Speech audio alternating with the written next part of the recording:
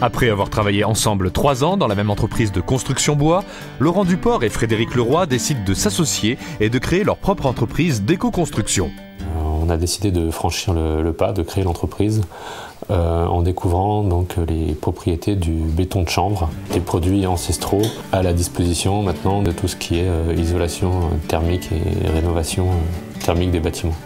On avait envie de voler de nos propres ailes, d'avoir nos idées, qu'on croit réellement à ce qu'on veut faire.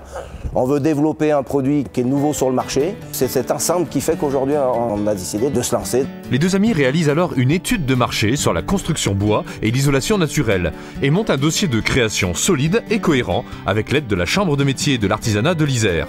C'est ainsi qu'en septembre 2011, l'entreprise Chambre et Bois voit le jour à rue Monceau. Et on s'est aperçu qu'on partageait les mêmes valeurs, notamment dans les principes constructifs qui permettent de concevoir des maisons où il fait bon vivre et des maisons saines en utilisant des produits naturels. C'est ce matériau qui nous a convaincus pour une raison tout simplement de durabilité des ouvrages. Frédéric a une grande expérience technique. Et je n'aurais pu concevoir de créer une entreprise sans cette force technique qui est à la base de la réalisation de construction de maisons en ossature bois. Les dirigeants se connaissent bien et se sont répartis les rôles dans une démarche qualitative et raisonnée.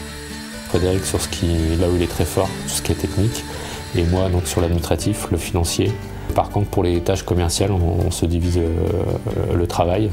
Grâce à de bons contacts établis les années précédentes et fort de leur expérience et de leur complémentarité, l'activité démarre rapidement dès le début et nécessite l'embauche de 3 personnes.